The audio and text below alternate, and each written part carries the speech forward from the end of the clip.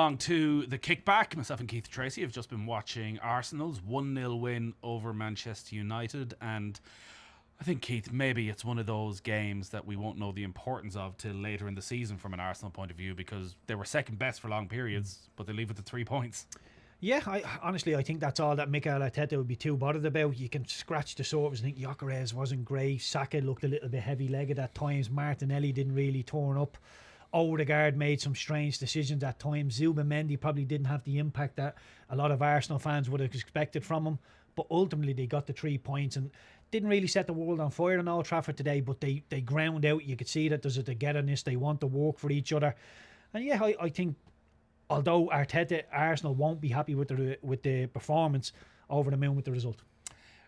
Do you think he will be as relaxed about the level of performance, particularly with some of those players you touched upon, Odegaard in particular, who both of us during commentary were just growing increasingly frustrated with, giving the ball away, like doing things that a year, 18 months ago Odegaard felt like he was never doing? Yeah, just like, what's going on with him? It just seems like he's overthinking things at time. There was one that really, it just perplexed me when he's on the angle of the 18-yard box. He's probably 16 yards out from goal, and he's trying to annoy the needle ball over the top of Matthias de Ligt's quad and then get Saka through. But even the ball is bouncing as it's coming to Saka.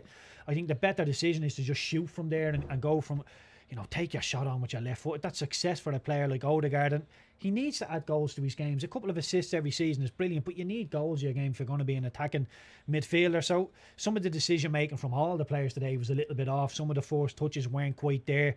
But again, I'm sure there's a level of rustiness. The lads have obviously down tools for a little while during the off season, so probably expecting a little too much for everybody to hit the ground running and the standard to be so high. But yeah, like I said, Arsenal ran around. United, much the better team, but again, I'm sure if this keeps rolling on and the performance is torn up for United, but they don't get the 3 points, it could become an issue. But opening game of the season, not a bad performance from them. Gyökeres and Šeško dominated a lot of the pre-match build-up because, well, I think Arsenal were interested, and potentially Manchester United were interested in both. We didn't know which side they would end up on. Gyökeres taken off just before the hour mark. Few sort of 50-50s where somebody held his ground, somebody got pushed over, no real clear sighting on goal. What do you expect in terms of him as a number 9? Is it that he is the focal point for absolutely everything they do, or do you see him dropping deeper at times? I don't want to see him dropping deeper. I think if you want somebody to drop deeper, you can put Jesus on, you can put Kai Havertz on. They can do that sort of stuff. Even Leandro Trossard can play through the middle and give you this sort of false 9 role. But what you want from Gyökeres is to stay through the middle, occupy centre halves, and then you can isolate a Saka, a Martinelli, a Madueke, whoever it happens to be on the wings. And his physical battling today, you could see he was up for it, but Matthias de Ligt just seemed to, like, he'd been around the block. He knew how to deal with it. He didn't get much change from him. Once or twice he pulled onto Euro and he seemed to have the physical capabilities to deal with Euro. So maybe there's just a little bit of identifying who he needs to go on to. Like, a Harry Maguire is not somebody you want to get into a physical battle with. A Lenny Euro obviously is. So look, I wasn't too impressed with Gyökeres, although, I'm not going to dismiss him over 59, 60 minutes he managed to play. I think Gyökeres and Šeško, when he come on, both probably as unconvincing as each other. The one thing Arsenal do have is a defence that they can trust, and Saliba and Gabriel have built up that partnership over many years. We saw today they have options at right back and options at left back, experienced options, quality options there, and a goalkeeper who, when they needed him, is able to make the save. So while there's investment in attacking areas, if Arsenal are to go and achieve something, do you think the defence is arguably more important? Yeah, well, I that's an old saying that always gets bandied around dressing rooms. Defence win your leagues and attackers win your games. And if you want to win the league, you've got to have a solid defence. You're never going to be wide open and concede a whole host of games and win the league. So, look, I think Arsenal rode that look massively. You can say it was good defending. I think there was a whole host of luck in there. There was a brilliant save from David Raya from Cunha in the first half. That was brilliant.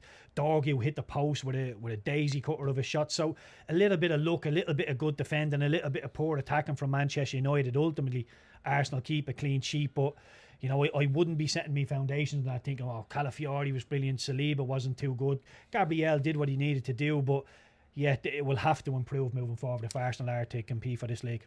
Been at Old Trafford plenty of times over the last couple of years when the stadium is emptying out 10 minutes before the end, when the full-time whistle after another defeat is met by boos. Very different atmosphere in 90 minutes. A sense that they've turned the corner, that the investment that they've made has brought the requisite levels of quality?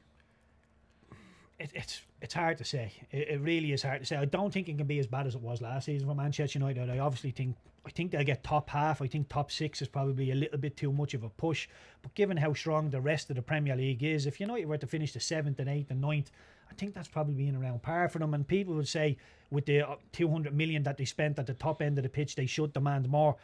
The middle of the pitch is a big issue for me, a massive issue. Casemiro actually had an okay game today, but once you play in behind him, recovery speed is not there. Bruno Fernandes doesn't run back like his life depends on it, although he will run forward like his life depends on it. And Ugarte coming in today, making mistakes. I just don't see enough in the middle of the park for Manchester United to constantly demand and control games from the middle, and there's an odd mistake in there as well, and defensively they look a little bit all over the place. So the goalkeeper one is still an issue. There's a question mark over Boyendir, there's a question mark over Onana, big question marks over the middle of the pitch for me. And look, we're still looking at Harry Maguire coming on as a Manchester United player. He comes on centre half, yet the last couple of minutes of the game he's up in the Arsenal box and they're just lumping balls up there. So there's shades of the old United, but it does look better. It looks like there's more shape on it, and yeah, they look like a top half team to me, but I don't think they're going to be pushing for the European race.